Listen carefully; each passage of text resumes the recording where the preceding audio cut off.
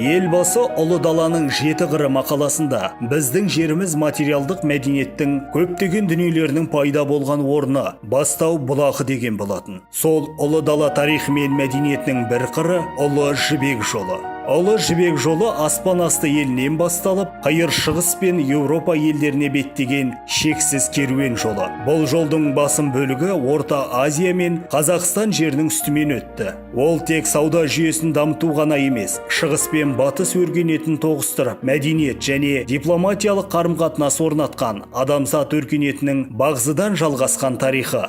Жібек жолы арқылы Римнен, Византиядан, Үндістаннан, Ираннан, Араб халифатынан, ал кейініректе Еуропа мен Ресейден осы елдерде өндірілетін тауарлар тасылды.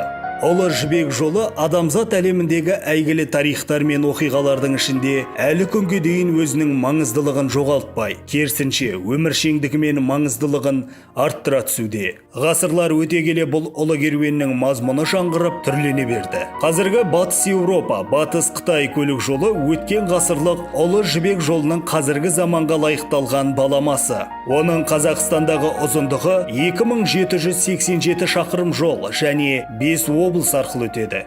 Маңғыстаудағы Құрық және Ақтау порттары Транскаспий халықаралық көлік бағдарының маңызды түйіндері болып табылады. Транскаспий бағытымен Қытайдан Әзірбайжанға, Грузияға және Түркияға жіберілетін жүктер Қара теңіз портына шығатын жолдар дәл осы Құрық порты арқылы жүзеге асырылады. Биыл елбасы 5-ші Каспий саммитінің қарсаңында Құрық портына келіп, мультимодальды хабтың тетігін өзі қосып тұрып, Құрық портының автожол инфрақұрылымы көлік транзитін дамыту үшін жаңа мүмкіндіктерге жол ашатынын айтқан. Құрық арқылы өтетін Транскаспий бағыты Қытайдан орталық Азия елдері, Өзбекстан, Қырғызстан, Тәжікстан, сондай-ақ Ресейдің Орал, Сібір өңірлерінен Түркия мен Еуропаға және кері қарай жүк тасымалдаудың тиімді логистикасын қамтамасыз етеді. Сонымен қатар 2020 жылға қарай Қазақстанның транзиттік тасымалдан түсетін кірісін жылына 5 миллиард долларға арттыруға мүмкіндік беретінін айтты. Ұлы жібек жолының сілемін жаңғыртқан Құрық порты өз жұмысын бастағалы сан мыңдаған тонна тауар порттағы кедендік және шекаралық бақылау бекетінен өткізіліп, тиеліп жүктелуде.